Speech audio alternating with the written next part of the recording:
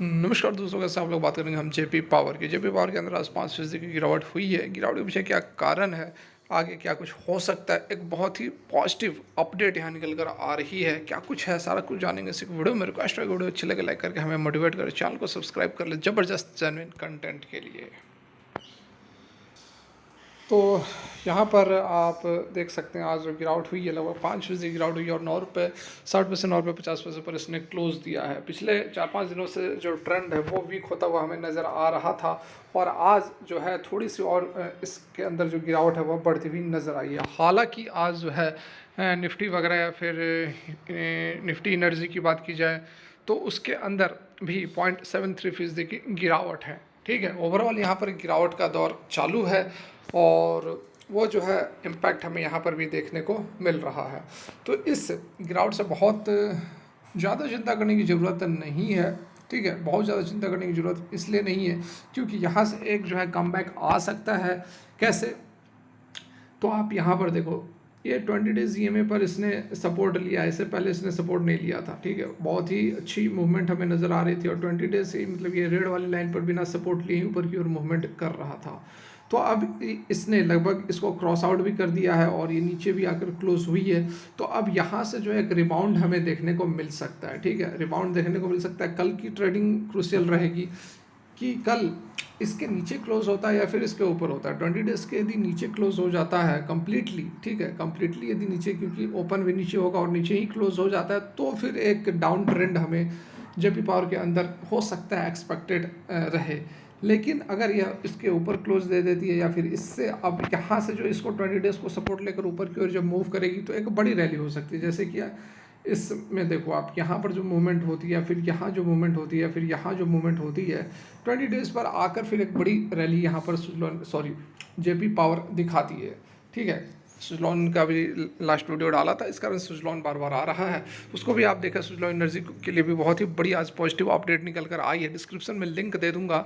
वो अभी बहुत ही ज़बरदस्त एक पेनी स्टॉक जो कि 7-8 रुपये से बढ़ता हुआ आज जो है 28 रुपये से भी ऊपर पहुँच चुका है।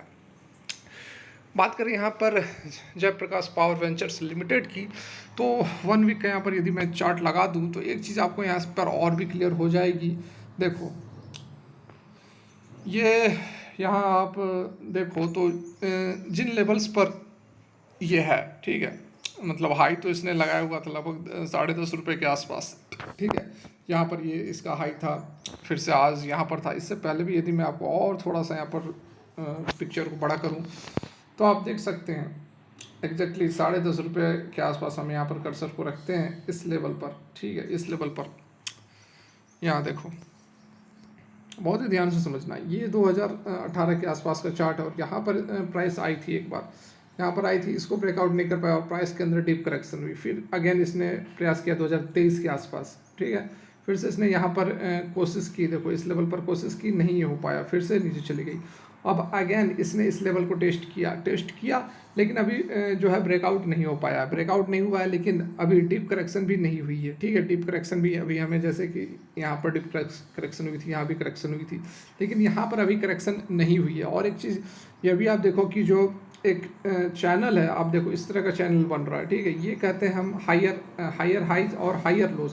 तो ये जो लोज है वो लगातार ऊपर की तरफ शिफ्ट हो रहे हैं। ठीक है, तो ये जो टेक्निकल्स होते हैं वो हमें डेफिनेटली यहाँ पर बता रहे हैं कि जो बियर्स थे वो कमज़ोर होते हुए जा रहे हैं। इस तरह का ये चैनल बन रहा है। ठीक है, इस एक चैनल बोलते हैं इसको। और यहाँ से जो ब्रेकआउट होता है, कहाँ गया, यहाँ से जो ब्रेकआउट होता है फिर ये ऊपर की ओर एक मूव दे सकता है। ठीक है, ये टेक्निकल्स पॉसिबिलिटी यहाँ पर बनती है, यहाँ पर नज़र आ रही है। तो बिल्कुल यहाँ पर अब ये नहीं है कि यहाँ से अब हमें मूवमेंट ऊपर की ओर नज़र नहीं आएगी। एक रेसिस्टेंस का जोन है काफ़ी स्ट्रॉन्ग 10.5 रुपये के आसपास, वहाँ पर प्रॉफिट बुकिंग हुई है क्योंकि गिरावट चल रही है। अभी कल भी देखा, 2-3 दिनों से तो लगातार गिरावट हो रही है। ओवरऑल हर एक मार्केट के अंदर गिरावट है, तो जेपी पावर भी उसे अछूता नहीं है।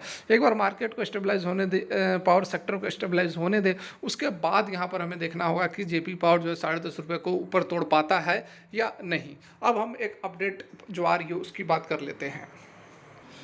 तो यहाँ पर आप देख सकते हैं बिल्कुल लेटेस्ट अपडेट निकल कर आ रही है। इंडिया का जो कोल प्रोडक्शन है वह 16% बढ़ा है सितंबर के अंडर, एक महीने के अंदर। ये वाई ऑन वाई के बेसिस पर यहाँ पर बात की जा रही है। आप देख सकते हैं कि जो कम्युलेटिव कोल प्रोडक्शन है वह सितंबर में 428.25 मिलियन टन तक बढ़ गया है इस फिस्कल ईयर के अंदर, जो कि 382.16 था पिछले साल।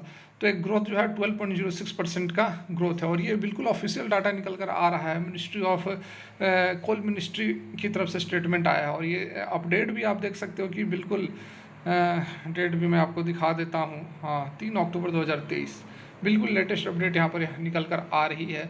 और ऑलरेडी आप जान रहे हैं कि जेपी पावर के पास खुद की अपनी कोल माइंस है, जहाँ से वो अपने पावर प्लांट के लिए, थर्मल पावर प्लांट के लिए कोल्स को प्रोड्यूस करता है। ठीक है, तो ये बहुत ही बड़ी यहाँ पर अपडेट निकल कर आ रही है, क्योंकि सरकार तो प्रयास कर रहा है, हर संभव यहाँ पर प्रयास कर रहा है कि जो थर्मल है, जो कन्वेंशनल तरीके हैं उसको कम किया जाए और रिन्यूएबल सेक्टर के ऊपर अधिक से अधिक फोकस दिया जाए। वो चल भी रहा है, वो प्रयास चल भी रहा है। हाइड्रो और इलेक्ट्रिक और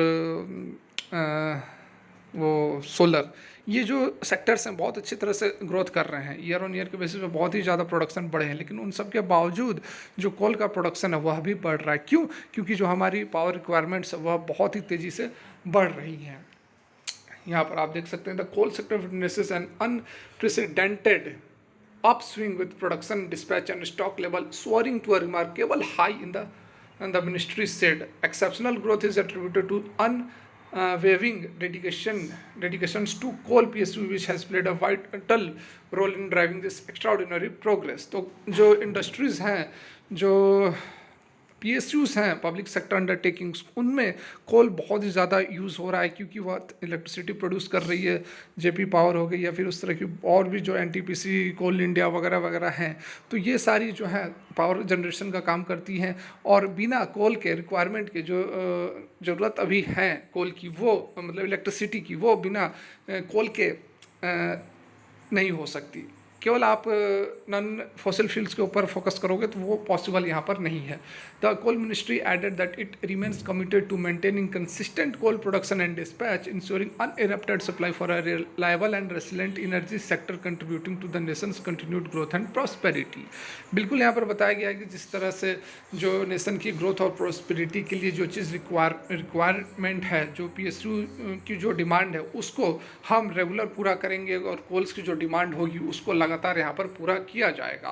तो डेफिनेटली यहाँ पर अच्छी एक अपडेट निकल कर आ रही है जेपी पावर के लिए भी, क्योंकि उसका मेन बिजनेस जो है वह थर्मल पावर है। थर्मल पावर के लिए कोल की ज़रूरत है, उसकी खुद की कोल माइंस है, उसके साथ में हाइड्रो पावर का भी यह काम करता है, और हाइड्रो पावर भी बहुत ही बड़ा यहाँ पर एक सेक्टर रहने वाला है। विंड एनर्जी से भी अधिक इंस्टॉल्ड एनर्जी कैपेसिटी है हाइड्रो पावर की। हाइड्रो पावर की है 11% और विंड पावर की है, विंड एनर्जी की है 10%, सोलर एनर्जी की है 16%। Overall total non fossil fuel या फिर रिन्यूएबल एनर्जी की कैपेसिटी है 43%। और हमारे देश के अंदर जो थर्मल पावर प्लांट है, मतलब कि जो कोल से इलेक्ट्रिसिटी प्रोड्यूस हो रही है, वो टोटल प्रोडक्शन का 50% हो रहा है।